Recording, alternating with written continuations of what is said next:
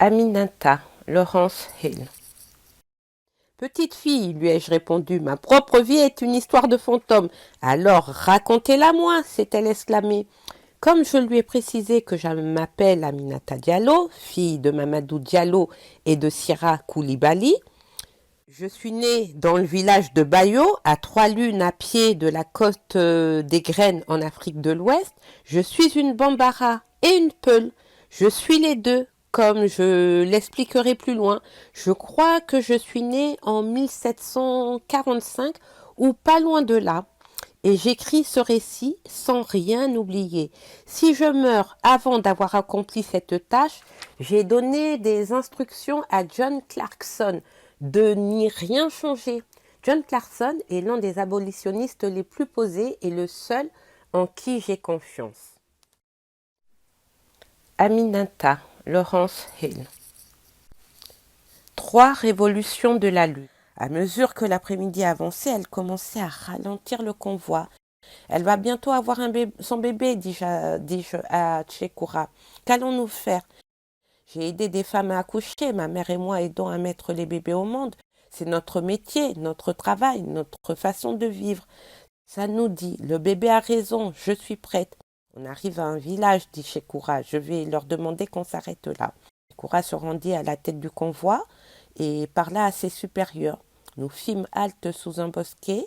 Tchekoura revint avec des ravisseurs le plus âgé et le toubab et nous libéra de nos entraves. Je dis à Tchekoura en aparté, la femme et moi, nous allons nous installer tranquillement sous ce gros arbre là-bas. Laisse-nous seuls, mais tâche de trouver notre femme. J'aurai besoin d'un couteau bien affûté que tu auras nettoyé correctement et de l'eau. Va au village et apporte 3 gourdes d'eau, dont l'une d'eau chaude et des linges. Le toubab portait un bâton à feu à la hanche. Il fixa son regard sur moi. Il parla à l'homme plus vieux qui s'adressa ensuite dans une autre langue au plus jeune qui à son tour me dit « Il demande si tu sais quoi faire. »« Oui, dis-je, apportez-moi les choses dont j'ai besoin. » Fanta s'était détournée et éloignée. On envoya pour m'aider une autre fille, à peine quelques saisons de pluie, plus âgée que moi. Au moins faisait-elle ce que je lui demandais. Quand l'eau chaude arriva, elle en versa sur le couteau et les nettoya comme il le faut. Elle plaça une botte de feuillage sous la tête de Sanou et la fit coucher confortablement sur quelques morceaux de fourrure et de peau pour ne pas qu'elle soit en contact avec le sol. Les ravisseurs surveillaient la scène. En pensant à ma mère et à ce qu'elle aurait fait, j'ouvris grand la paume de ma main et leur fis signe de partir. Ils froncèrent les sourcils et le toubab me regarda encore attentivement. Il marmonna quelque chose à l'un des ravisseurs qui passa le message à un autre ravisseur qui à son tour me demanda en bambara si j'étais sûre de savoir quoi faire. Je leur fis signe à nouveau de s'éloigner et cette fois, ils partirent. Je frictionnai les épaules et le dos de Sanou avec du beurre de karité. « Tu seras une merveilleuse maman, lui dis-je. Elle sourit doucement et me dit que ma mère serait fière de moi. Sanou me parla de son mari et de ses 2 autres enfants. Elle raconta comment elle avait été kidnappée pendant qu'elle apportait à manger à des femmes qui travaillaient au champ, à extirper du sol des racines de manioc. Avec un bébé presque à terme, elle avait choisi de ne pas résister. Je l'encourageai à continuer de respirer régulièrement, même quand une contraction s'emparait d'elle. Sanou somnola pendant quelque temps. En se réveillant, elle dit « Je suis prête, fillette. Si nous survivons, je l'appellerai Aminata, comme toi. » La lune brillait de nouveau et je pouvais sentir la pesanteur de l'heure. L'humidité, un vent violent se leva, comme un enfant en convulsion, mais Sanou restait silencieuse et calme. Le bébé arriva tête la première, tout juste comme il se doit, et le reste de son corps glissa hors de l'utérus. Je nouai le cordon ombilical gluant et le sectionnai. La petite fille commença à vagir. Même au clair de lune, je pouvais voir qu'elle avait la vulve gonflée. Je l'allongeai pour la tenir au chaud et la portai à sa mère. J'aidai ensuite à l'expulsion du placenta. Ce fut la naissance la plus rapide que j'avais jamais vue. Aminata, mon bébé, dit Sanou. Je ne savais pas s'il était sage de donner si rapidement un nom à un enfant, ni de lui donner mon nom. Et si prendre le prénom de quelqu'un dont j'ai porté malheur. Mais Sanou maintint sa décision. J'étais émue de voir la tendresse avec laquelle elle tourna le bébé pour l'approcher de son sein. La toute petite Aminata commença à téter avec une telle intensité qu'on aurait cru qu'elle avait fait cela depuis des mois. Nos doigts se touchèrent, Sanou et moi, des larmes coulèrent sur les joues de Sanou, ce qui eut pour effet de libérer tout le chagrin qui débordait en moi. Je tremblais et sanglotais jusqu'à ce que mes larmes soient épuisées, mais Sanou ne cessait d'en verser pendant qu'elle nourrissait son bébé. Je le savais, ce n'était pas le bon augure de pleurer à la naissance d'un enfant. Au matin, on nous remit nos entraves. Avec la pièce d'étoffe que Shekura avait apportée, Sanou suspendit le bébé au bas de son dos. Des suites de son accouchement, du sang s'écoulait sur ses jambes pendant que nous gravissions et descendions des sentiers de montagne et que nous traversions des vallées et des forêts peuplées de marchands de noix de cola.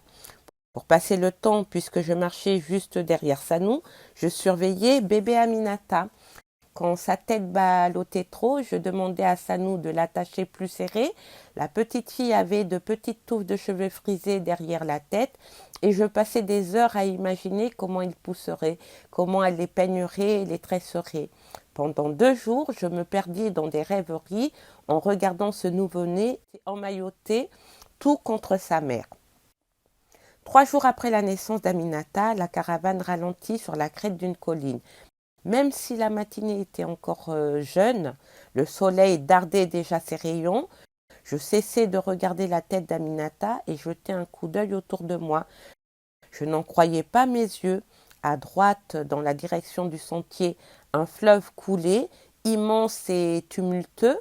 Sa largeur dépassait 10 jets de pierre. Sur le rivage de ces eaux déchaînées attendaient de nombreux canots de 8 rameurs chacun. Jamais je n'avais vu autant de bateaux et de rameurs. À gauche, l'eau s'étendait à perte de vue, les flots rugissaient et se soulevaient, montaient et retombaient, ils prenaient une teinte verte et certains endroits bleus à d'autres, et changeaient continuellement de couleur, se déplaçant et glissant sans cesse. Les vagues produisaient une mousse semblable à la bave d'un cheval qui aurait trop couru. À gauche, l'eau avait tout envahi. Les ravisseurs nous conduisirent sur le rivage. Le toubab leur cria des instructions et ils nous libérèrent de nos jougs et nous poussèrent dans les canots. Je trouvais bizarre qu'ils forcent Shekura à monter dans mon canot. Les rameurs étaient presque nus, vêtus d'un simple pagne et ils empestaient le sel, la sueur et la crasse. Leurs muscles luisaient au soleil, les canots glissaient doucement sur le fleuve qui s'élargissait, à tel point qu'il me devint bientôt impossible de distinguer les détails des lointaines berges. Comme nous quittions la terre, un prisonnier du canot voisin se leva à grande peine, hurla et fit balancer le canot. 2 pagailleurs costauds stoppèrent leurs mouvements et lui flanquèrent de puissants coups de rame. Le prisonnier continua à s'agiter. Quand le canot commença à tanguer dangereusement, les rameurs laissèrent leur aviron et d'un geste rapide jetèrent le prisonnier dans les eaux tumultueuses. Il se débattit, puis sombra. Le trajet en canot dura toute la matinée. Le soleil se reflétait sur l'eau et me brûlait les yeux. Le fleuve s'élargissait terriblement, si bien que tout ce que je pouvais voir de la terre, c'était qu'elle était montagneuse à ma gauche et plate à ma droite. Shekura était assis dans le canot, sans entrave, mais parmi nous, et il me parla à voix basse. « Tu as de la chance, dit-il. Un grand bateau attend, presque plein. Vous allez tous être vendus et traverserez l'eau très bientôt. Tu appelles cela de la chance? Sur ce bateau, il y en a qui attendent depuis des lunes, et ils meurent tranquillement à mesure que le bateau se remplit. Toi, tu n'auras pas à attendre. » La brise répandait une odeur épouvantable. On aurait dit la senteur d'aliments en décomposition, on aurait dit la puanteur des déchets produits par toute une ville. Je grimaçai. « C'est l'odeur du bateau, nous allons bientôt être séparés, dit Shekura d'une voix tremblante. Marche doucement parmi tes prisonniers, Shekura. Un jour, l'un d'entre eux aura un couteau et attendra le moment où tu feras un faux pas. Et toi, Aminata, attention à ta beauté qui va fleurir parmi des étrangers. Une bouffée malodorante vint à nouveau nous gifler. Comment quelque chose peut-il fleurir ou même vivre dans cette puanteur, demandai-je. Les lèvres de Shekura tressaillirent. Le garçon qui avait souri pendant 3 révolutions de lune fronçait maintenant les sourcils. Je n'avais pas de frère, mais il semblait en avoir trouvé un. Où vont-ils nous amener maintenant, chuchotai-je, de l'autre côté de l'eau. Je n'irai pas, tu iras, sinon tu mourras.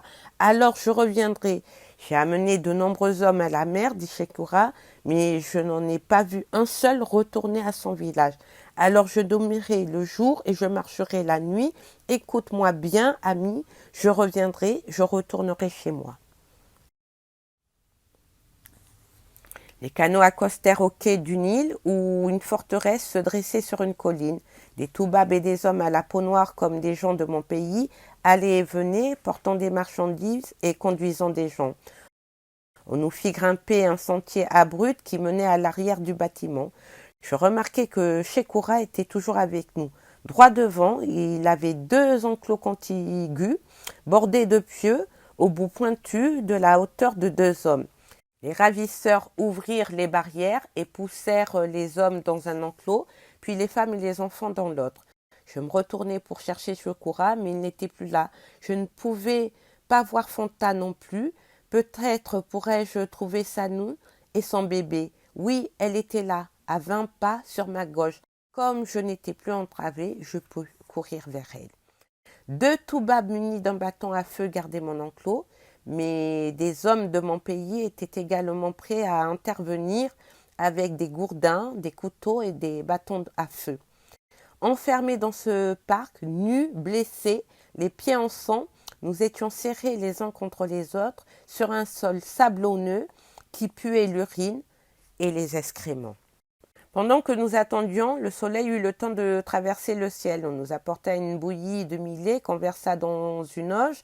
Quelques femmes en mangèrent du bout des dents. Je ne pus me résoudre à les imiter. Et quand on passa des calebasses d'eau, je bus volontiers. Les femmes de mon pays nous lavèrent à l'eau froide et enduisèrent notre peau d'huile de palme pour la rendre luisante et donner l'impression que nous étions en bonne santé. Dans notre enclos, d'autres femmes noires aux yeux de glace et portant des vêtements traînèrent une prisonnière dans un coin où des toubabs et des hommes de mon pays attendaient près d'un récipient de braise sur lequel se trouvait un outil de métal chauffé à blanc. Je détournai les yeux, mais j'entendis la femme hurler comme si on lui arrachait un bras. Je me promis de ne pas leur donner le plaisir de contempler ma douleur. Mais quand vint mon tour, je m'abandonnai à leur brutalité, à leur puanteur. Ils m'amenèrent au coin du marquage. Leur outil de métal tordu ressemblait à un insecte géant. Quand ils l'approchèrent de moi, je déféquai. Ils visèrent un point situé à un doigt au-dessus de mon mamelon droit et pressèrent l'outil contre ma peau. L'odeur de ma chair qui brûlait emplit mes narines. C'était comme si des vagues de lave bouillante avaient traversé mon corps. Les gens qui me retenaient me laissèrent aller, mais je ne pouvais penser qu'à la brûlure et à la douleur. Mais aucun son ne sortit.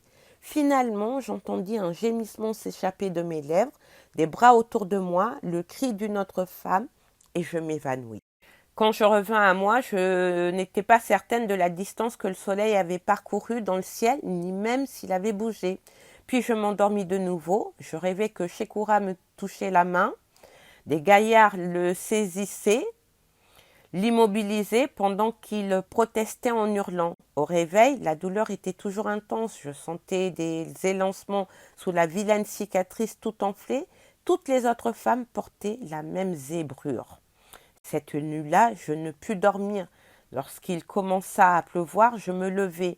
Une bonne pluie aurait au moins l'avantage de me laver. Il faisait bon de sentir l'eau fraîche couler sur mon visage.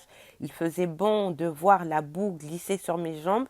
Mais je pris soin de mettre ma main en forme de coupe au-dessus de ma plaie vive pour la protéger.